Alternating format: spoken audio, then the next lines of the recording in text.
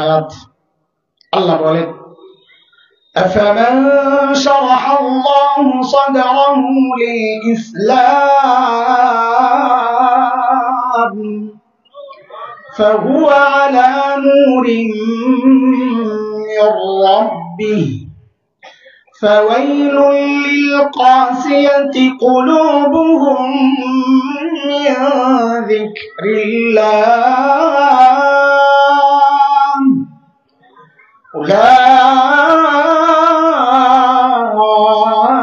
أولئك في ضلال مبين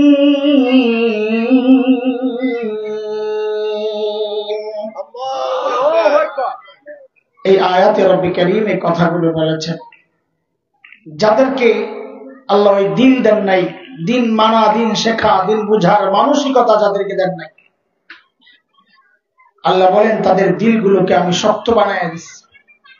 যাদের দিল শক্ত তাদের জন্য অভিশাপ, তারা স্পষ্ট গুমরাহিতে আছে। এই হচ্ছে আল্লাহর কথা। এই আয়াত যে কোনো দিনে কাজে শরীক হতে পারা, এটা বোঝা যে আল্লাহ তাআলা আমাকে ভালোবাসেন বলেই এই কাজে আমাকে আল্লাহ যুক্ত করেছেন, এই কাজটা করার সুযোগ আল্লাহ আমাকে দিয়েছেন। ঠিক এর উল্টাটা, কখনো কোনো গুনাহ যদি আমি করতে থাকি তো এটা ভাবা বুঝা এই যে গুনাহ করছি নিঃসন্দেহে কোনো এমন কিছু করেছিলাম যে আল্লাহ আমার উপর এতটা নারাজ হয়ে গেছে যে আমাকে আল্লাহ তাআলা ছেড়ে দিয়েছেন যা ইচ্ছা করার জন্য, আমি গুনাহে লেগে গেছি। হযরত হাফিজ হুজুর রাহমাতুল্লাহি আলাইহি একটা কথা বলতেন, নামাজ পড়ে না যে অজুহাত দেখায়। সাধারণত আমরা দেখি দুইটা অজুহাত দেখায়, যদি নামাজের জন্য ডাক দেন ভাই আসো নামাজ পড়ো, তো সাধারণত দুইটা অজুহাত দেখাবে। এক হচ্ছে একটু কাজ আছে, সময় নাই, সময়ের ব্যাপার দেখাবে, আপনি দেখেন। অথবা বলবে কাপড় নষ্ট। হযরত হাফিজ হুজুর বলে যে অজুহাত দেখায় না, বরং তুমি ভাবতে থাকো এমন কি অপরাধ তুমি করেছ যে আল্লাহ তাআলা চান না তোমার মতো বান্দা তাকে যায় সেজদা করুক, এই জন্য আল্লাহ তোমাকে দূরে সরায় রাখছে। দেখেন না, আমরা কারোর উপর অসন্তুষ্ট হলে বলি এই তুই আমার সামনে আসবি না, বলি না তুই আমার চোখের সামনে থেকে সর। এটা হচ্ছে অসন্তুষ্টির একটা বড় আলামত এই বক্তব্যটা। আল্লাহ যখন কাউকে দিন থেকে দূরে সরায় রাখেন তো বুঝতে হবে আল্লাহ তার উপর নারাজ, তাকে দিন থেকে দূরে সরায় রাখছেন। আবার যখন দিনই কাজে আল্লাহ লাগান তো বুঝতে হবে আল্লাহ তার উপর খুশি, তাই আল্লাহ তাকে দিনই কাজের সাথে লাগায় রাখছেন। এই জন্যে আজকে যারা আমরা এসেছি আলহামদুলিল্লাহ, এতটুকু এখন একটা সুখ অনুভব করি যে আল্লাহ আমাদের উপর খুশি।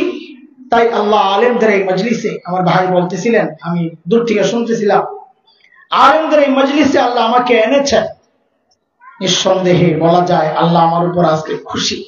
সেই জন্য যে আল্লাহ আমার উপর খুশি হয়ে আমাকে দ্বীনি কাজের সাথে লাগাইছেন, ওই আল্লাহর প্রশংসা দিল থেকে আদায় করি, বলি আলহামদুলিল্লাহ। মুহতারাম হাজরিন, আমাদের আসল বাড়ি কোথায় বলেন তো? আমরা কোথা থেকে আসছি? হ্যাঁ, নাকি জঙ্গল থেকে? এটা আমাদের জন্য আল্লাহর পক্ষ থেকে যতগুলো সম্মান, আমাদের যতগুলো গর্বের পরিচয় আছে, যেমন আমাদের একটা গর্বের পরিচয় আমাদের রাসূল, সর্বশ্রেষ্ঠ রাসূল, এটা আমাদের একটা গর্বের পরিচয় সাল্লাল্লাহু আলাইহি ওয়াসাল্লাম। বলেন, এটা আমাদের একটা গর্বের পরিচয়। আমরা যে লেখাপড়া, বিশেষ করে আমরা মৌলবীরা, আমরা যে লেখাপড়া করি, এই লেখাপড়ার সিলেবাস প্রণয়ন করেছেন খলিল ইব্রাহিম আলাইহিস সালাতু ওয়াস সালাম। আল্লাহ একটু সংশোধনী এনেছেন, কিন্তু মূল সিলেবাসটা তৈরি করেছেন খলিল ইব্রাহিম আলাইহিস সালাম। খলিল যখন বাইতুল্লাহ বানায় আল্লাহর কাছে দোয়া করছেন, আল্লাহ বাইতুল্লাহ তো বানালাম, এখন এমন একজন শিক্ষক পাঠান যিনি এই সিলেবাস এই বাইতুল্লাহর আশপাশ ওয়ালাদেরকে পড়ায়া বাইতুল্লাহর জন্য ইবাদতের জন্য উপযুক্ত বানাবে। খলিল দোয়া করছেন, কোরআন শরীফে আসছে সূরা বাকারায়। খলিল কি বলেন? রব্বানা ওয়াবআস ফীহিম রাসূলান মিনহুম ইয়াতলু আলাইহিম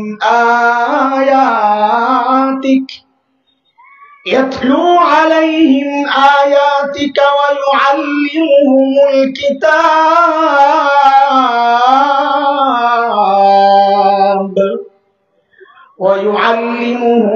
কিতাব ওয়াল হিকমাতা ওয়া ইউযাক্কিহিম ইন্নাকা আনতাল আজিজুল হাকীম। বলেন আমাদের শিক্ষা সিলেবাস প্রণয়ন করেছেন কে? কোন টাক মাথার চোর বিজ্ঞানী না। আলহামদুলিল্লাহ। চোর বিজ্ঞানী ছিলেন না মোসওয়ালা? চিড়িয়াখানায় আসিল, হ্যাঁ ছিলেন না আপনারা? শত শত বছর তিনি চিড়িয়াখানায় ছিলেন, তার লেজটা কাটা পড়ছে, আস্তে আস্তে সোজা হইয়া দাঁড়াতে শিখেছেন। হঠাৎ একদিন বলে উঠলেন, আই এম জাফর ইকবাল। তিনি হচ্ছেন বানর জাফর ইকবাল। আমাদের সিলেবাস ওই সমস্ত বানর আর টাক মাথা আর ওই চোর বিজ্ঞানীরা যারা বিজ্ঞানের থিওরি নেট থেকে চুরি করে আইনা আমাদের সিলেবাস বানাইছে, ওই চোর বিজ্ঞানীরা আমাদের সিলেবাস তৈরি করে নাই। আমরা মাদ্রাসায় যারা পড়ছি আমাদের সিলেবাস তৈরি করেছেন খলিল ইব্রাহিম আলাইহিস সালাতু ওয়াস সালাম। এটা আমাদের আরেকটা গর্বের পরিচয়, আমাদের আরেকটা গর্বের পরিচয়। আমাদের বাবা একজন নবী। আমরা কার সন্তান?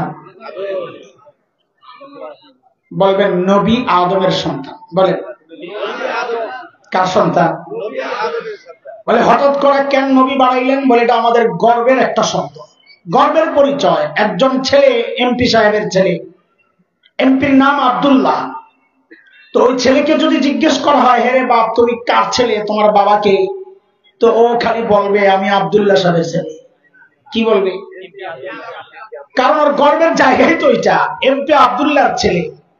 তো একটা এমপি যদি গর্বের জন্য একটা এমপির ছেলে যদি বাবার নামের সাথে এমপি যুক্ত করে বলেন পরিচয় আমি এমপি আব্দুল্লাহ সাহেবের ছেলে, তো আমি আপনি একজন নবীর সন্তান হইয়া কেন এটা গর্বের সাথে লাগাবো না?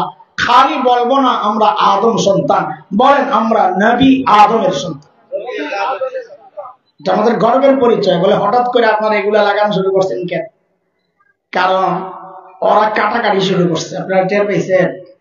মানুষ গণনার আগের সিস্টেমটার নাম ছিল আদমশুমারি। কি নাম ছিল? হঠাৎ দেখি আদম নাই, রাত উঠে দেখি, সকাল উঠে দেখি আদম নাই। কিরা আদম কই গেল? আপনাদের তো এগুলো মাথা ব্যথা না, আদম যেখানে যায় যাক, আমগো তাতে কি আসে যায়, কিন্তু আমাদের আসে যায়। আদম কই গেল? পরে শুনলাম কি ওই জগতের মাথায় শয়তান ঢুকছে, মাথার মধ্যে গন্ডগোল লাগাইয়া দিছে যে আমরা কি আসলে আদমের সন্তান নাকি জঙ্গল থেকে পালায় আসা বান্দরের ভূত। পেঁচ লেগে গেছে, থাক আদম বাদ দিয়া দে, পেঁচা বেশির দরকার নাই। আদম বাদ দিয়া নতুন নাম দিছে কি জনসমাজ। ওরা আদম কেটেছে, আমরা আদমের সাথে শব্দ আরো বাড়াবো। আগে বলতাম আদম সন্তান, এখন থেকে বলবো আমরা নবী আদমের সন্তান। বলেন আমরা কার সন্তান? এরপরও কাটাকাটি করলে শব্দ আরো বাড়াবো, কারণ আমাদের গর্বের অনেক পরিচয় আছে। তো আমার বাবার সাথে আরো শব্দ লাগাই দিব, আমরা নবী সফিউল্লাহ আদমের সন্তান। কার সন্তান? নবী সফিউল্লাহ আদমের সন্তান। ওরা কাঁদবে, আমরা বাড়াবো, এটাই ওদের জন্য জবাব। কি বলেন? এই হচ্ছে আমাদের আরেক পরিচয়। আমাদের আরেকটা গর্বের পরিচয় হচ্ছে আমাদের আসল বাড়ি জান্নাত। আমরা জঙ্গল থেকে পালায় আসা কোনো বানর না, কোন জীবজন্তু না। বলেন আমাদের আসল বাড়ি আবার ফেরত যাব ইনশাআল্লাহ, ইনশাআল্লাহ। হ্যাঁ, আল্লাহ তাআলা আমার বাবা মাকে বানাইছেন দুনিয়ায় পাঠাবেন, কিন্তু আমাদের আসল বাড়িটার একটু দেখায় আনছেন। কেন দেখায় আনছেন? কারণ ওই নাস্তিক মুরতাদরা আমাদেরকে খোঁচা দিবে আল্লাহ জানে, যেগুলো সব অন্ধবিশ্বাসী। না দেখাই কেনার প্রস্তাব দিছে আল্লাহ তাআলা সূরা তাওবা 111 নম্বর আয়াতে জান্নাত কেনার প্রস্তাব দিয়েছেন। ইন্নাল্লাহা আশতারা মিনাল মুমিনিনা আনফুসাহুম ওয়া আমওয়ালাহুম বিআন্না লাহুমুল জান্নাহ। আমি জান্নাত বেচতে চাই মুমিনের কাছে। মুমিনরা কে কে কিনতে রাজি? বুঝেন না এই কথা? আরে আল্লাহ জান্নাত বিক্রি করতে চান আপনাদের কাছে, কে কে কিনতে রাজি? আল্লাহু আকবার। আমি তো রাজি। এতক্ষণ পরে টের পেলে সাথে সাথে টের পাওয়া লাগবে কি বলতে চাই। আচ্ছা, জান্নাত যে কিনতে রাজি, জান্নাত দেখছে, এই তো ওরা পাইছে সুযোগ যে জান্নাত দেখে নেয় না দেখে কিনতে রাজি। হুজুররাও ফতোয়া দিবে না দেখা জিনিস কিনা জায়েজ নাকি? বড় মুসিবত, তাই না? আর ওই জন্যই তো আল্লাহ আমার বাবাকে জান্নাত থেকে ঘুরায় আনছেন। কেন? আমি জিজ্ঞেস করি, আপনাদের এলাকায় মেয়েদেরকে বিয়ে দিলে শ্বশুর বাড়ি দেখার জন্য মেয়ে নিজে যায় না অভিভাবকরা যায়? হ্যাঁ, তা তো আপনাদের এলাকার মেয়েরা ভালো। আমি যে এলাকায় থাকি ওই এলাকার মেয়ে হলো দুই রকম। এক মেয়ে হলো মা বাবার বাধ্য সন্তান, ওর সামনে বিয়ে শাদীর আলাপ করলে ও লজ্জায় চলে যায় আরেক ঘরে, যায় কাজিন বা ভাবি টাবি কেউ থাকলে ওদেরকে পাঠায়া দেয়, আপনারা যায় মা বাবার সাথে কথা বলেন যে আমার এগুলা জানার দরকার নাই, দেখার দরকার নাই, ওনারা যা বলে ওইটাই ওকে, ওনাদের দেখা আমার দেখা। আরেক রকম মেয়ে আছে আমার এলাকায়, শাহবাগের স্লোগান কন্যা, ইমরান এই সরকারের বান্ধবীরা আছে, গেছে গা বিরিয়ানি কোম্পানি পলাইছে না, আসে আল্লাহ আবার চট করে আয় পলাইলেও আবার কি করবো, চট করে আইসা পড়বো। আমি বলি চট করে না আইসা চট পইলে আইসা, ঠিক আছে?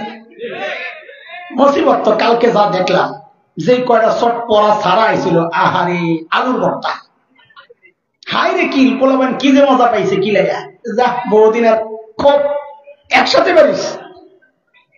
লম্বা সময় এই যে আমরা বক্তব্য দিয়ে কথা বলতেছি, ইদানিং সবাই খুব জোরে জোরে চিল্লাইতেছে ইচ্ছা মতো। কি ঘটনা কি? একজন আমার বলে হঠাৎ করে আপনারা তো খেয়ে পা গেলেন কেন? তাই বলি বাইরে ছোটবেলার একটা কিচ্ছা শোনেন। এক বুড়িমা ভিক্ষা করে, একদিন বহু টাকা পেয়েছে, বিকেল বেলা কোন বাটপারে আস্তে করে পোট্টা ডাল হয়ে গেছে, হাই বেরির কষ্ট। পরের দিন থেকে খুব সতর্ক, একটা কারো ছায়া দেখি হঠাৎ করে দেখে হয় কেড়ে শরীরের সাথে লাগলে হয় কেড়ে, সারাদিন শুধু কেড়ে আর কেড়ে, কেড়ে আর কেড়ে, কেড়ে আর কেড়ে। মানুষ সারাদিন যা বলে ঘুমায় ঘুমায় তা বলে। হেল্পার যারা আছে, বাসের কন্ট্রাক্টর, বউয়ের লেগে শোয়, বইয়ের পিছনে থাপড়ায় বলে ওস্তাদ বামে প্লাস্টিক, অভ্যাস হয়ে গেছে সারাদিন। ওই বুড়িমাও রাতে শুয়া শুয়া খালি নাক ডাকে, কেড়ে ঘরে ঢুকছে চোর, চোরে তো নাক ডাকার আওয়াজ শুই না, 2 কদম আগাইছে, যেই কেড়ে কইছে 3 কদম পিছায়, আবার নাক ডাকার আওয়াজ পাইলে আবার আগে, আবার কেড়ে করে আবার দৌড় দেয়। অনেকক্ষণ এরকম আসে আর যায়, পরে বুঝছে না বেডি তো ঘুমায়া ঘুমায় কেড়ে কেড়ে কইতাছে। তাও মনের মধ্যে চোরের মন একটা কাপড় লইছে টুকরা, লইয়া বুড়ির মুখের মধ্যে আস্তে আস্তে আস্তে আস্তে ঢুকাইছে যেন কেড়ের আওয়াজটা না বাইর হয়। তো বাইরে না আসে না, ভিতরের প্রোডাকশন তার বন্ধ হয় নাই। কেড়ে গুলো আইতে আইতে আইতে আইতে সব আয়া মোহে জমা হয়েছে। চোর গেছে কেমনে জানি কাপড়ের টান পইরা মোহের থেকে কাপড় গেছে খুইলা, সব কেড়ে এক লগে বাইরে হাম করে করে ফেলছে। 16 বছর আমরা আকবর রাখছেন, সব জমছে ভিতরে, এখন সব একবারে কেড়ে হয়ে বাইরে সহ্য করা লাগবে। কথা বল ঠিক কিনা? 16টা বছর কথা বলতে দেন নাই, একটু আওয়াজ করলেই পরের দিন হুমকি দিছে, একটু আওয়াজ করলেই স্লিপ পাঠাইছে, একটু আওয়াজ করলেই গাড়িতে অ্যাটাক করা হয়েছে বক্তাদের। তাদের প্রেতাত্মারা, প্রেতাত্মা বলি না, ওরা বিশ্বাস করি না, কথার কথা। এখনো কিছু আছে দল পাল্টায়, কিন্তু মানুষ কিছু আছে তাদের স্বভাব পাল্টায় না। আলেমদের সময় নষ্ট করে এসে বয়ান দেয় এমন এখনো আছে। উল্টা পাল্টা কথা বলে, প্রতিবাদ করলে আবার খেয়ে বাজায়, আলেমকে মারতে যায়, ধরতে যায়। খবরদার আপনাদেরকে বলি, এমন কোন কুলাঙ্গার যদি মাহফিলের মাঠে আসে, ওকে থাপড়ায় মাহফিল থেকে বিদায় করা দরকার। এখানে তুমি কেন আসছো? কেন আসছো? নিজে মাহফিল করো যায়, আওয়াজ করো যায়, দেখি তোমার আওয়াজ শোনার জন্য কয়জন আসে। আমাদের গুছানো বয়ানের মজলিস আইসা তুমি আমাদের টাইম খাইবা, আবার আমাদেরকে নসিহত করে যাইবা, হুজুর কথাবার্তা ঠিকঠাক মতো বললেন। গাদা, তোর স্লিপ নিয়ে কথা বলার জন্য বুঝি আলেম হইছি? আমাকে স্লিপ দিচ্ছেন আল্লাহ তাআলা, আমরা ওই স্লিপ নিয়ে কথা বলেছি, এখনো বলবো ইনশাআল্লাহ। তো বলতেছিলাম, আমার বাবা মাকে আল্লাহ পাঠাইবেন দুনিয়ায়, পাঠাইছেন কোথায়? কেন? কেন? যেন কিয়ামত পর্যন্ত নাস্তিক মুরতাদরা বলতে না পারে আমরা অন্ধবিশ্বাসী, জান্নাত না দেখে কেনার জন্য রেডি হয়ে গেছি। আমরা বলবো না, আমরা অন্ধবিশ্বাসী না, আমরা মা বাবার বাধ্য সন্তান। আমাদের বাবা মা জান্নাত দেখছেন, আমাদের নবী জান্নাত দেখছেন, আমাদের দেখার দরকার নাই। বলেন আমাদের আসল ঠিকানা, আমাদের টার্গেট হওয়া দরকার জীবনের। জোরে বলেন, জোরে বলেন। আল্লাহ বলেন, ওয়ামান আরাদাল আখিরাহ ওয়া সাআ লাহা সা'য়াহা ওয়া হুয়া মুমিন ফাউলাইকা কানা সা'য়ুহুম মাশকুরা। যাদের টার্গেট হবে আখিরাত এবং সেই অনুযায়ী কাজ করবে ঈমান সহ, আল্লাহ বলেন ওদের চেষ্টা প্রচেষ্টা আমি বিফলে যেতে দেব না। দুনিয়াতে ওদেরকে আমি কামিয়াব করব, আখিরাতেও ওদের জন্য আমি জান্নাত তৈরি করে রাখছি। টার্গেট বানানো দরকার আখিরাত। বলেন আমাদের টার্গেট হওয়া দরকার, সবার টার্গেট হওয়া দরকার। দেখেন একটা কথা, ভুল বুঝেন না, বুঝেন, খুব ভালোভাবে বুঝেন। আল্লাহ আমাদেরকে দুনিয়া ছাড়তে বলেন নাই যে দুনিয়া ছাড়া দাও। বৈরাগ্যতা ইসলামে নাই। সব ছেড়ে দিয়ে জঙ্গলে চলে যাওয়ার নাম ইসলাম না। সংসার করা, সমাজ নিয়ে চলা, রাষ্ট্র পরিচালনা করা, নাইলে এত বিধান যাবে কোথায়? আমি যদি জঙ্গলে চলে যাই, কোরআনের সংসদ চালানোর বিধান নাই, বাজার পরিচালনার বিধান নাই, সচিবালয় চালানোর বিধান নাই। আমি সব ছেড়ে দিয়ে জঙ্গলে চলে গেলে কোরআনের এই হুকুমগুলো সমাজে বাস্তবায়ন করবে কারা? আল্লাহ দুনিয়া ছাড়তে বলেন নাই, বরং আল্লাহ কি বলেছেন সূরা জুমার মধ্যে, আপনারা পড়েছেন হয়তো। আল্লাহ বলেন, فَإِذَا قُضِيَتِ الصَّلَاةُ فَانتَشِرُوا فِي الْأَرْضِ وَابْتَغُوا مِنْ فَضْلِ اللَّهِ واذكروا الله كثيرا لعلكم تفلحون। নামাজ শেষ, জুমার কথা, জুমার সূরা জুমার মধ্যে আসছে আয়াত। নামাজ শেষ, এখন কাজ কি? বয়া দোয়া করা, আল্লাহ আমার খাওয়ান পাঠায়া দাও, আল্লাহ আমার খাওয়ান পাঠায়া দাও, আল্লাহ আমার খাওয়ান। এটা নি কাজ? আল্লাহ কি বলতেছে? আমি তোমার জন্য দুনিয়ায় রিজিক ছিটায়া রাখছি তোমার। তুমি মসজিদ থেকে বের হও, যা ওই রিজিক অন্বেষণ করো। আমি তোমার জন্য যেই রিজিক রাখছি, আমি যে অনুগ্রহগুলো ছিটায়া রাখছি, এগুলো তুমি কামাই করো, অবলম্বন করো, অর্জন করো। তাহলে দুনিয়া অর্জন করার কথা বলেছেন কে? আমরা কি বলতে চাই? আমরা বলতে চাই যেটা আল্লাহ তাআলা, আমি শুরুতে একটা আয়াত পড়েছি, সূরা কাহফের 45 নম্বর আয়াত। ওই আয়াতে আল্লাহ তাআলা দুনিয়ার তুলনা করছেন বৃষ্টির পানির সাথে। ধরেন পানির সাথে, এতটুকু বললেই হয়। পানির সাথে, পানির সাথে কেন তুলনা করেছেন এটার ব্যাখ্যা আমরা বুঝবো, এবং আমাদের বড়দের একটা বক্তব্য আছে, ওই বক্তব্যের ব্যাখ্যাটা বুঝবো। তখন বুঝবো যে শরীয়ত আমার কাছে কি চায়, দুনিয়ার সাথে আমার সম্পর্কটা কেমন হওয়া উচিত, আমার জীবনের টার্গেটটা আসলে কি হওয়া উচিত। এই আয়াতের উদাহরণটার ব্যাখ্যাটা এবং আমাদের বড়দের যে একটা বক্তব্য আছে ওটার ব্যাখ্যা শুনলেই আমাদের বিষয়টা আশা করি ক্লিয়ার হবে ইনশাআল্লাহ। আল্লাহ দুনিয়ার তুলনা করছেন পানির সাথে। কার সাথে? মনোযোগ দিয়ে শোনা লাগবে। আছে মনোযোগ? শুরুতে মনোযোগ হারিয়ে গেলে পরে কেমন? আমি একটু গুছাইয়া দিয়া যাই। আজকে বয়ান করবেন আমাদের ছোট ভাই মুহতারাম মাওলানা মুফতি আরিফ বিন হাবিব হাফিজাহুল্লাহ। সময় মতো চলে আসবে, যার যার সময়, বাকি গ্যারান্টি নাই। তাও আমরা তো সময় মতোই আসি। আপনাদের যে রাস্তা সুবহানাল্লাহ, শেষে গাড়ি বাদ দিয়া হুন্ডায় উঠছি, ঘরের গাড়িতে হুন্ডা দিয়ে লইছে আমারে, কিন্তু হুন্ডা দিয়ে আইসা আফসোস লাগে নাকি? আফসোস লাগছে কি জানে, বসার পর দেখি আমার গাড়িটা আসছে, তার মানে আমরা আসার সাথে সাথেই লাইনটা ছেড়ে দিয়েছিল। হুন্ডা এসে কষ্ট লাগে নাই, পরে গাড়িটা দেখে কষ্ট লাগছে, হুদা ফাও কষ্টটা করলাম। তো যদি আমার ভাই এমন কোন বিষয় আটকায়া যায় তাহলে হয়তো একটু এদিক সেদিক হইতে পারে, তখন তো এই যে মুজাহিদরা আছে, মাশাআল্লাহ আপনাদের সন্তান, আপনাদের এলাকার মানুষ কত সুন্দর করে কথা বলেন, মাশাআল্লাহ। আল্লাহ জবানে বারাকা দান করেন, ইলমে আমলে বারাকা দান করেন। পানির সাথে আল্লাহ তুলনা কেন করছেন অনেক ব্যাখ্যা দিয়েছেন মুফাসসিররা। আমি সময় তো আমাদের আসলে সীমিত, এক দুইটা ব্যাখ্যা দিয়ে ইনশাআল্লাহ আমাদের বড়দের একটা উদাহরণের মধ্যে চলে যাব।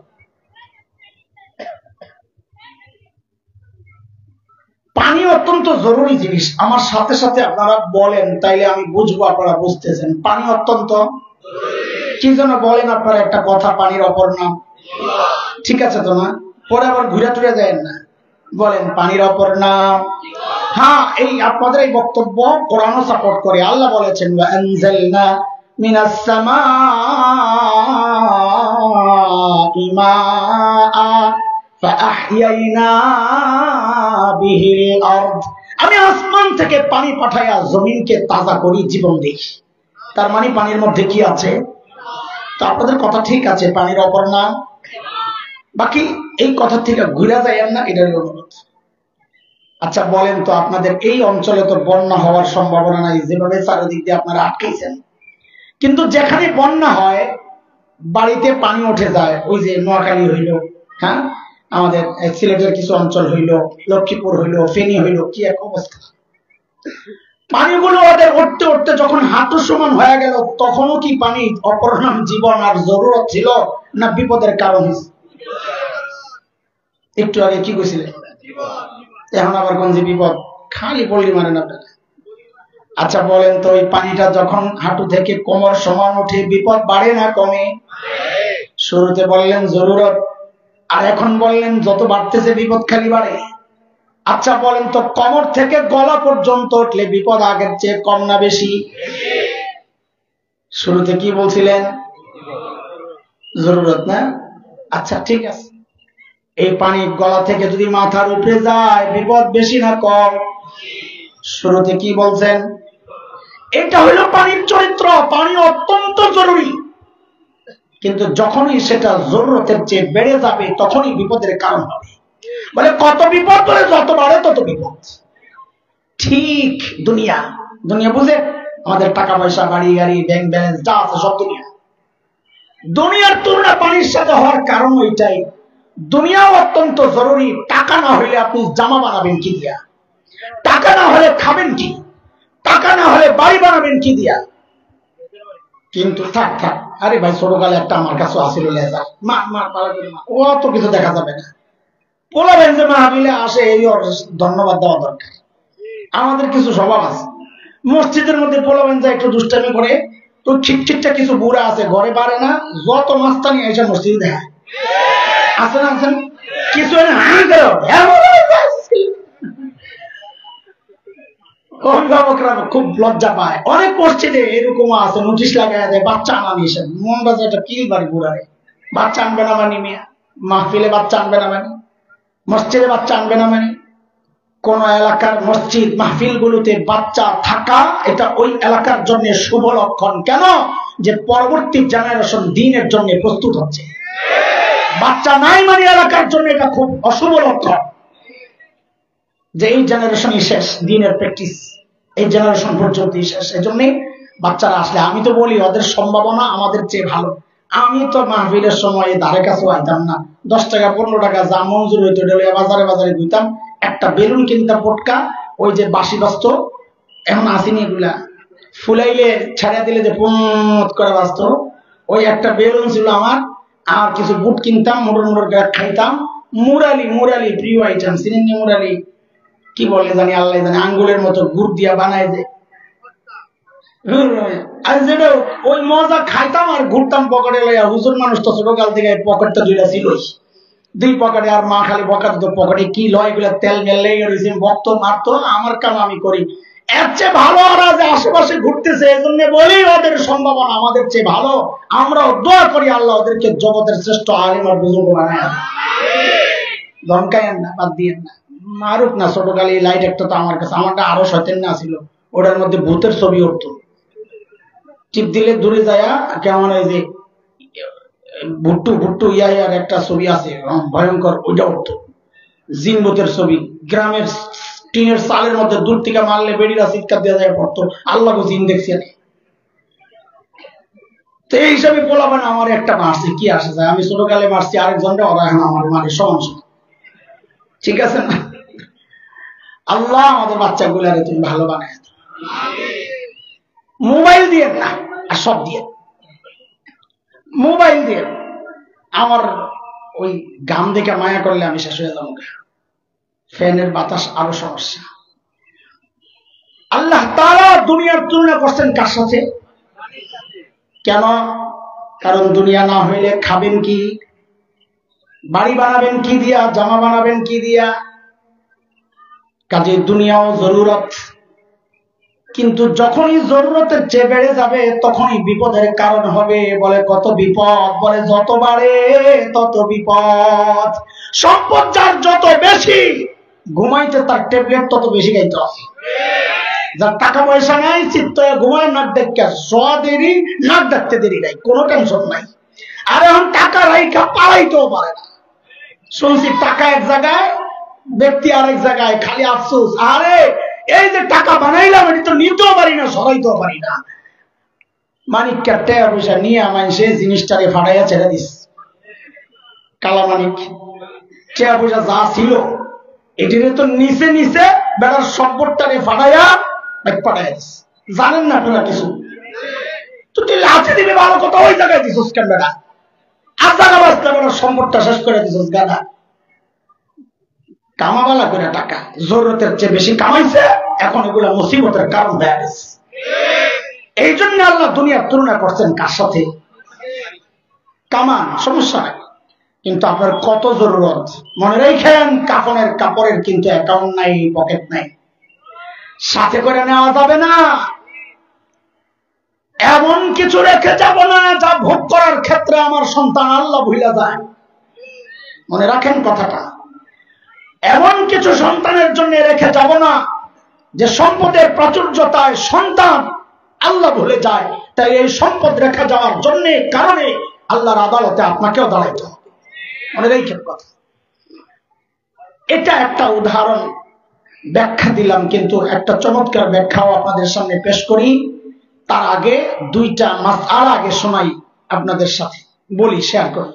বলেন তো হুজুর ফরজ কয়টা? জোরে কর। 1 নাম্বার মিসওয়াক করা।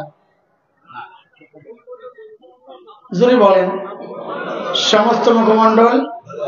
ওই আপনার কই শিখছেন? কে শিখাইছে? হুজুররা। এই জিনিসটাও হুজুররা শিখেছে। আরে ভাই, আমার ব্যক্তিগত কোনো আমলের সমস্যা থাকতে পারে, কিন্তু এই দেশ ও জাতির উপর ওলামাদের অবদানটাকে অস্বীকার করেন না। আপনাকে ছোট্ট মাসালাটা ওই আলেমরাই শিখাইছে। এখন অনেক কিছু বুঝে গেছেন না, এখন আর আপনার আলেম লাগে না। যারা আলেম ছাড়া চলতে চায় এরা আসলে শয়তানের ধোঁকায় পড়ে গেছে। বলেন হুজুর ফরজ কয়টা? এবার কর। 1 নাম্বার, 2 নাম্বার, 3 নাম্বার, 4 নাম্বার। মাশাআল্লাহ। আচ্ছা, এই 4টা ফরজ খুব মনোযোগ লাগবে। এই 4টা ফরজ আদায়ের আগে আর কিছু কি করি? কি করি? 2 হাত ধরি কবজি পর্যন্ত না, এক কাজ। 2 নাম্বার কুলি করি, মাশাআল্লাহ। 3 নাম্বার নাকে পানি দিই, মাশাআল্লাহ। ফরজের আগে 3টা কাজ কেন করি? প্রথম কথা, সুন্নত। কারণ বের করা আমার কাজ না, আমার নবী করেছেন সাল্লাল্লাহু আলাইহি ওয়াসাল্লাম, তাই আমিও করি, এটাই আমার মূল বিষয়।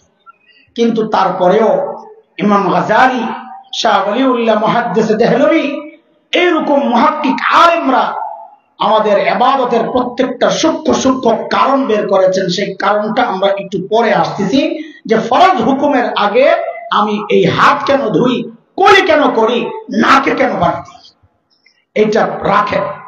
আরেকটা মাসআলা শোনেন, যেটা আপনারা আগে জানতেন না, হয়তো এটা ওলামারা জানে। পানির 3টা মূল গুণ আছে, বৈশিষ্ট্য। এই বৈশিষ্ট্য যদি পানির মধ্যে না থাকে, ওই পানিটা নিজে পাক থাকলেও অন্যকে পাক করে না। এটাকে আমরা আরবিতে বলি তাহির গায়রু মুতাহহির, নিজে পাক, কাউকে পাক করে না। কি সেটা? 1 নাম্বার হচ্ছে পানির রং ঠিক আছে কিনা দেখেন।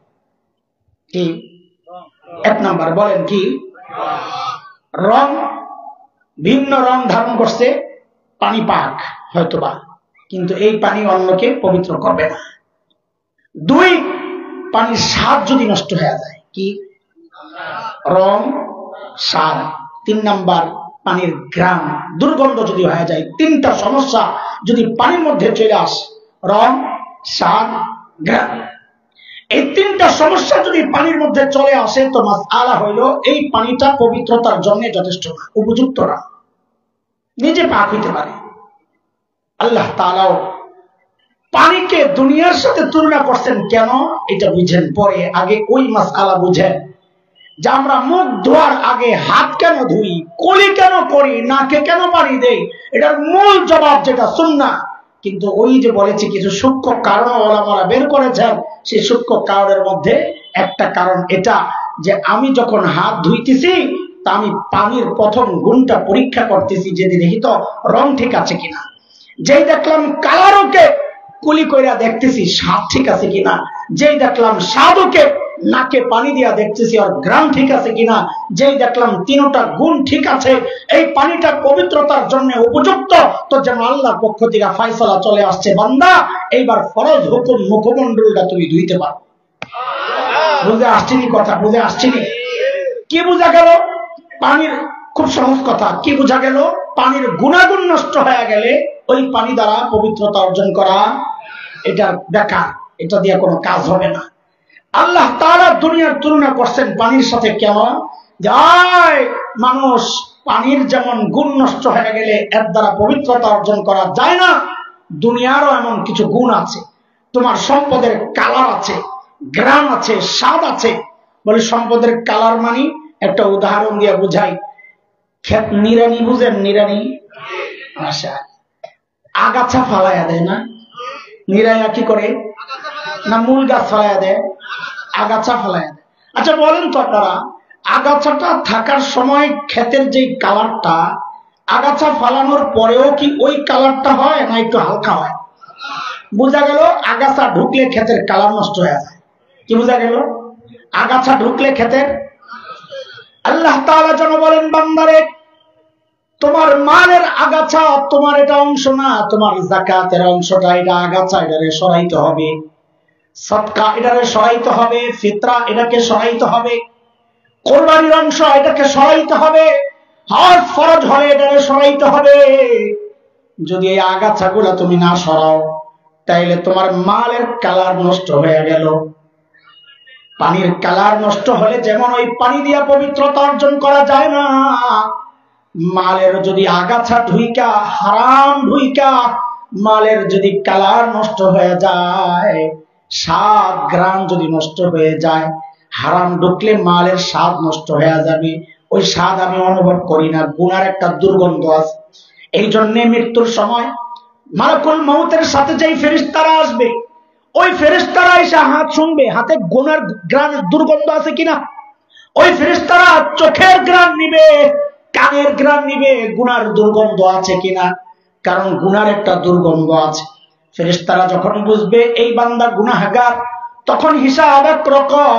আর যদি দেখে না জবান থেকে তিলাওয়াতের ঘ্রাণ আসতেছে, হ্যাঁ চোখ থেকে তিলাওয়াত পড়ার ঘ্রাণ আসতেছে, কান থেকে ইবাদতের কথা, দ্বীনের কথা শোনার ঘ্রাণ আসতেছে, তখন তার সাথে হিসাব হবে আরেকটা। যেটা বলতেছিলাম, বলতে চাই, গুনারও একটা দুর্গন্ধ আছে। আমার মালের মধ্যে যদি হারাম ঢুইকা যায়, দুর্গন্ধ তৈরি হয়, আমি টের পাই না। এরে দোস্ত, আল্লাহ যেন বলছেন, বান্দা পানির দুর্গন্ধ এসে গেলে, ঘ্রাণ নষ্ট হয়ে গেলে, স্বাদ নষ্ট হয়ে গেলে, যেমন ওই পানি দ্বারা পবিত্রতা অর্জন করা যায় না, তোমার মালের মধ্যে যদি হারাম ঢুকে যায়, ওই মাল দিয়েও জান্নাত কামানো যাবে না। বুঝে আসছেনি কথা? আপনাদের বুঝে আসছেনি কথা? ঠিক আছে, চলেন আমাদের বড়দের একটা উদাহরণ শোনেন, ওটা বড় চমৎকার। বড়রা বলেন দুনিয়া জিফা তালিবুহা কিলাব। ওলামা আছেন অনেক, এটা খুব প্রসিদ্ধ, যেটা একটা হাদিস। কিন্তু আমাদের মুফতি আব্দুল মালিক হাফিজাহুল্লাহ তার একটা কিতাব আছে, কিতাবের নাম এসব হাদিস নয়। ওই কিতাবে আছে যেটা হাদিস না। এটা বড়দের কোন বড়দের কথা বাণী, এত দামি কথা কেউ শুইনা মনে করছে এত দামি কথা মনে হয় নবীর কথা। তো তিনি বলার সময় এরকম বলছেন যে জানি না, হইতে পারে এটা নবীর কথা। আরেকজনের কাছে এটা পৌঁছানোর সময় ওই হইতে পারে এটা বাদ দিয়া সরাসরি বলে দিচ্ছে নবীর কথা। আরেকজন শুইনা বইয়া বলছে ক্বালা ক্বালা রাসূলুল্লাহ সাল্লাল্লাহু আলাইহি ওয়াসাল্লাম। এইভাবেই তো জাল হাদিস ছড়ায়, একটু একটু করে ফিনিশিং যায়। কথাটা হাদিস না, তবে অনেক দামি এক কথা। কি কথা শুনেন। বড়রা বলেন দুনিয়া হচ্ছে মৃত জন্তুর মতো। কার মতো বলেন? কার মতো? আমরা বলাটা সহজ করার জন্য আমরা বলবো আর কি, মরা গরু। তো বলেন দুনিয়া কার মতো? মরা গরু। বড়রা বলেন তালিবুহা কিলাব, যার ভোক্তা কুত্তা। বলেন আমার সাথে, ভোক্তাকে খায় কে? সবাই বলেন, তাইলে আমার বুঝাইতে ভাল লাগবে। বলেন ভোক্তা কুকুর। বলেন না রে কুকুর আমিও চিনি, কিছু শব্দ আছে না বললে খোসাটা আসে না। কাক বললে ভাল লাগবে না, কাক কাদের বললে ওর মধ্যে কোনো আকর্ষণ নাই, কাউয়া কইলে যেটা লাগে। আহা, খোসার সময় শব্দ যেটা দিয়ে খোসা হয় ওইটাই লাগাইতে হয়। তো বলেন যার ভোক্তা জোরে কন। কুত্তার মধ্যে যে খোসাটা আছে কুকুরের মধ্যে ওইটা নাই। মৃত জন্তুর মতো যার ভোক্তা। মরা গরু খায় কে? বলেন মরা গরু খায় কে? আরো জোরে বলেন। পরে কিন্তু কথা পড়লি মারবেন না, আগে ঠিকঠাক বুঝা বলেন মরা গরু খায় কে? কেন আপনাকে এলাকায় তো দেখবেন না, আগে গ্রামে গঞ্জে যারা আছেন ছিলেন, আপনাকে এলাকায় বুঝি শকুনে মরা গরু খায় না? খায়। শিয়ালেও খায়। তো হুদা কুত্তার দোষ দেন কেন? আমিও দিলাম, আপনারও লগে তাল দিলেন। হ্যাঁ, কারণটা কি? হ্যাঁ না, বিষয় কেন? আরে শকুনের জন্যও মরা গরু হালাল, শিয়ালের জন্যও হালাল, কুত্তার জন্যও হালাল। তো দোষ শকুনের পড়ল না, দোষ শিয়ালের পড়ল না, দোষ পড়ল খালি কুত্তার। কারণটা কি? বলে কুত্তার মধ্যে এমন কিছু খারাপ স্বভাব আছে, ওই স্বভাবের কারণে কুত্তায় আসামি হয়ে গেছে, নাহলে ছিল হালালি। বড় বড় মানুষ, তোমার দুনিয়াও মরা গরুর মতো নিকৃষ্ট হয়ে যাবে যদি তোমার মধ্যে কুত্তার স্বভাবগুলো চলে আসে। এখন বোঝার বিষয় কুত্তার আলাদা কি এমন স্বভাব যার কারণে বেচারা আসামি হয়ে গেল। তো এবার বুঝেন। বলেন তো শকুন মরা গরু কখন খায়? দিনে না রাতে? ধরে কখন? শকুন কখন খায়? রাতের বেলা তাল গাছের মাথায় বসে বসে জিকির করে। হ্যাঁ, হাসেন না, এটাই বাস্তব। বোঝা গেল শকুনের মরা গরু খাওয়ার একটা টাইম টেবিল আছে। শিয়াল মরা গরু কখন খায়? রাতে না দিনে? হ্যাঁ, দিনের বেলা গর্তের মধ্যে ঢুকে থাকে, বয়া বয়া জিকির আজকার করে, আর পরিকল্পনা সাজায় কার মুরগিটা খাওয়া যাবে, কোন জায়গায় মরা গরু আছে, ঠিক কিনা? বোঝা গেল শকুনের মরা গরু খাওয়ার একটা টাইম টেবিল আছে। শকুনের মরা গরু খাওয়ার একটা টাইম টেবিল আছে। ও দোস্ত, এবার বুঝে শুনে বলেন তো কুত্তায় মরা গরু কখন খায়? রাতে না দিনে? সবসময়। সবসময়। বোঝা গেল কুত্তার মরা গরু খাওয়ার কোনো টাইম টেবিল নাই, যখন পায় যখন পায়। এই জন্য তুই আসা বড় বনের মানুষ, তুমি দুনিয়া কামাও, কোনো সমস্যা নাই, কিন্তু রাত নাই, দিন নাই, 24 ঘন্টা শুধু দুনিয়া দুনিয়া, সারাক্ষণ শুধু দুনিয়ার পেছনে। সন্তানের খবর নাই, বউ একদিকে, পোলার একদিকে, নিজে খালি দুনিয়া কামায়। সারাক্ষণ শুধু দুনিয়া, নামাজ নাই, রোজা নাই, তাসবিহ তাহলিলের খবর নাই, জিকির আজকারের খবর নাই, তিলাওয়াতের খবর নাই, সারাদিন শুধু দুনিয়া দুনিয়া দুনিয়া। বড় বনের মানুষ, যদি এই স্বভাবের তুমি হয়ে যাও দুনিয়া কামাইতে যায়া, তাইলে বুঝতে হবে তোমার সাথে আর কুত্তার সাথে কোনো পার্থক্য নাই।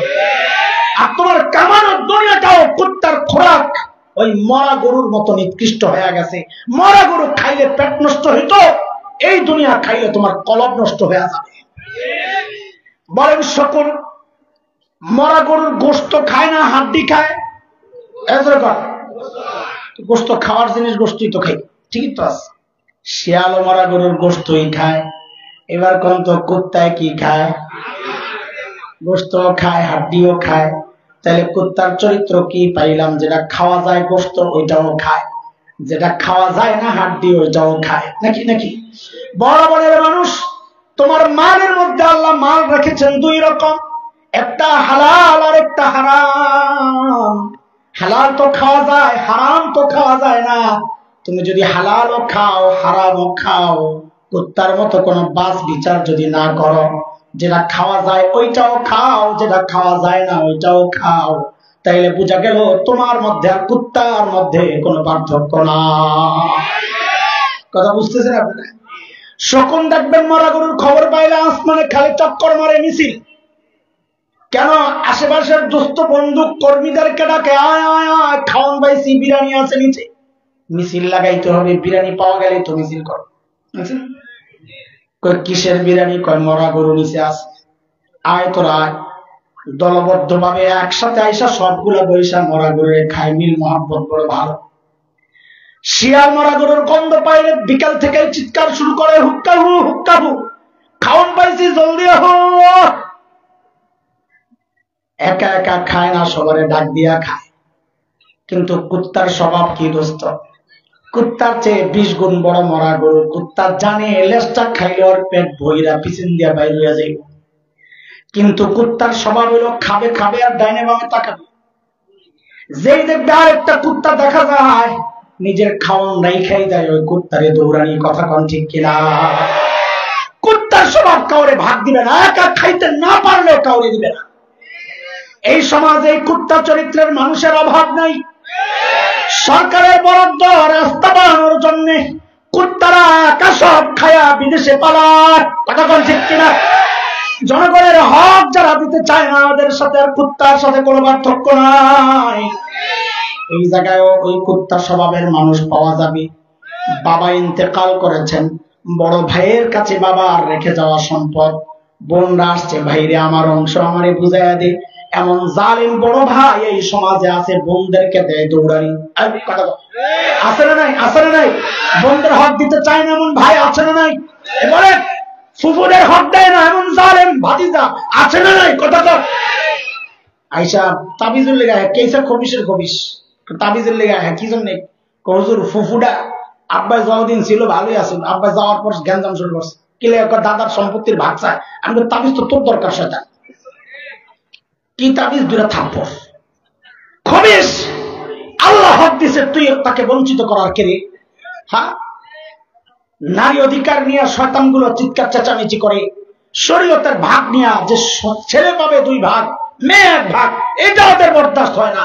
আর আমরা বলি বাংলাদেশের অধিকাংশ মেয়েরা এই 1 ভাগ থেকেই বঞ্চিত, এটা নিয়ে কথা বলে না। যতটুকু পায় অতটুকু আদায় করে দে। বহু মানুষ এমন আছে, ওরা মনে করে বোনদেরকে বুঝায়, বাবার বাড়ির সম্পদ নিলে বলে জামার বাড়ি গন্ডগোল লেগে যায়, আগুন লেগে যায়, এই কথাও বুঝাইয়া দেয়। আবার আস্তে করে কয় সব জায়গায় যাবি আর বেড়াই যাবি না। জালিম, আরে জালিম, বোনের বাড়িতে ভাই বেড়াতে আসবে, ভাইয়ের বাড়িতে বোন বেড়াতে যাবে, এর সাথে সম্পত্তি বন্টনের হিসাব কেন আসবে? যার যার অংশ সে নিয়ে যাবে, যার যার অংশ তাকে দিয়ে দিবা। নিজেও হারাম খাবা না, নিজের সন্তানকেও হারাম খাবা না। মনে রাখো, বাবার ইন্তেকালের পর সম্পদ যার যারটা বুঝাইয়া না দেওয়া পর্যন্ত যতদিন তুমি ভোগ করবা, তুমিও হারাম ভোগ করতেছ, তোমার সন্তানরাও হারাম ভোগ করতেছ। এইরকম জালিম ভাই আছে না নাই? একা সবটুকু খাইতে চায়। ব্যবসা করছে পার্টনারে, পার্টনার একটা মাইরা আজকে গায়েব হয়ে গেছে, এমন জালিম আছে না নাই? যারা অন্যের অংশ দিতে চায় না, অন্যের পাওনা দিতে চায় না, অন্যের প্রাপ্তি যতটুকু দিতে চায় না, একাই সবটুকু ভোগ করতে চায়। বোঝা গেল ওর মধ্যে কুত্তা স্বভাব আসছে, কাউকে ভাগ দিবে না, একা খেতে পারবে না, কিন্তু কাউরে ভাগ দিবে না, এই কাউরে তার অংশ দিতে চায় না। যদি কেউ থাকে তার মধ্যে আর কুত্তার মধ্যে কোনো পার্থক্য নাই। ঠিক আছে কথা? হ্যাঁ হ্যাঁ, একটু বেশি কষ্ট লাগতেছে না? আসামি আছে না এর মধ্যে, নাড়াও আমি খেয়াল করছি অন্য তুলনায়, অন্য আওয়াজ যেগুলো আসছে ওটার তুলনায় এই নাড়া একটু দুর্বল। বুঝা গেল 2 নম্বর লোক আসামি এখানেও। আল্লাহ হেদায়েত দান করেন, বলেন আল্লাহ হেদায়েত দান করেন। ভাই আমি কিছু সত্য কথা বলে ফেলতেছি, মাফ করে দিয়ে না। মেয়েরা এই সমাজের সব জায়গায় নির্যাতিত, সব জায়গায়। আপনি দেখেন সবচেয়ে বেশি নির্যাতনের শিকার হয় মেয়েরা নিজের পরিবারের কাছে। শ্বশুর বাড়ি পরের কথা, বাবারা খেয়াল করেন, ঠকায়েন না, মেয়েদেরকে ঠকায়েন না। আল্লাহ মেয়েদের কারণে আপনাকে জিতাইছেন। 2টা মেয়ে থাকলে নবী আলাইহিস সালাম বলেছেন উত্তম লালন পালনের মাধ্যমে যখন সে পাত্রস্থ করে দেয়, তো নবী কি বলেছেন? তার জন্য জান্নাতের ওয়াদা করেছেন। সুবহানাল্লাহ। আপনি জান্নাতি হয়েছেন এই মেয়ের ওসিলায়, তার ওসিলায় আপনার কিসমত খুলে গেছে, জান্নাতের রাস্তা খুলে গেছে। আপনি কেন তাকে বঞ্চিত করছেন? বঞ্চিতের সর্বপ্রথম শুরু হয় বিয়ের সময়। বিয়ের সময় বিয়ে ঠিক করতেছে, কত মোহর লইয়া মেয়ে পক্ষ ছেলে পক্ষ দেন দরবার চলতেছে লম্বা টাইম পর্যন্ত। একটা ফয়সালা হয়েছে, মোহরটার মালিক কেউ ভাই? কে? না বাবা, না বড় ভাই, না ঘটক, মেয়ের খালু, মামা? সবাই আলোচনা করলো মোহর এত হওয়া দরকার, অথচ যার মাল তাকে একবারের জন্য জিজ্ঞেস করেন না, রে মা তোমার মোহর এত নির্ধারণ করতে চাই, তোমার মতামত কি? ঠকানো শুরু করছেন আপনারা। কেন? পরে আসতেছি। বিয়ের সময় আসলেন, জামাই পক্ষ আসলো, এখন কাজী সাহেব লিখবে কত মোহর? 5 লাখ। নগদ কত, বাকি কত? এটা সিস্টেমই আছে, করে রাখছে। নগদ 3 লাখ, বাকি 2 লাখ। জুলুমটা কেমনে করতেছেন একটু খেয়াল করেন। নগদ 3 লাখ, বাকি নগদ 3 লাখ দেন, কই যে গয়না টয়না দিয়ে আদায়। টাকা কার? বলেন না, টাকা টাকা টাকা মেয়ে। বাজার করলেন আপনারা, তাকে জিজ্ঞেস করছেন যে তোমার টাকা দিয়া তোমার গয়না কিনতে চাই, তুমি কি বলো? কাঞ্জুসের গোষ্ঠী মেয়ের মোহরের টাকা দিয়া মেয়ের গয়না দেওয়া, ভাবলো আমরা 2 ভরি 3 ভরি 5 ভরি স্বর্ণ দিছি। কত বড় বাটপা! এটা কি বাটপার না খালি ওরে বাটপা? কোন বাটপা বলেন আপনারা? আমি কি অন্যায় কথা বলেছি? এই মোহরের টাকা কার? কার টাকা দিয়ে কে বাজার করে? জামাই পক্ষ যে মেয়ের টাকাটা দিয়ে বাজার করে আইনা বললো 3 লাখ বছর, যার টাকা তাকে একবারের জন্য জিজ্ঞেস করা হয়েছে যে তোমার মোহরের 3 লাখ দিয়ে বাজার করতে চাই, তুমি কি বলো? বাজার করে আনলাম মেয়ের টাকা দিয়া, আইনা ভাবলো জামাইয়ের বাড়ি থেকে কি কি দিয়েছে, মাশাআল্লাহ জামাইয়ের কলিজা আছে, মাশাআল্লাহ ওদের গোপনে কাটাই দিয়েছে তুমি মেয়ের টাকা, আর ভাবলো জামাইয়ের কলিজা আছে। বাটপার কথাকার। আরে বাটপারিরা আপনার বাবা মেনে নিচ্ছেন, বড় ভাই মেনে নিচ্ছেন, আপনি আপনার মেয়েকে জিজ্ঞেস করেছেন আরে মা তোমার মোহরের টাকা কাইটা ওরা বাজার করে আনছে, তুমি কি এটা কবুল করতেছো? জিজ্ঞেস করছেন একবার?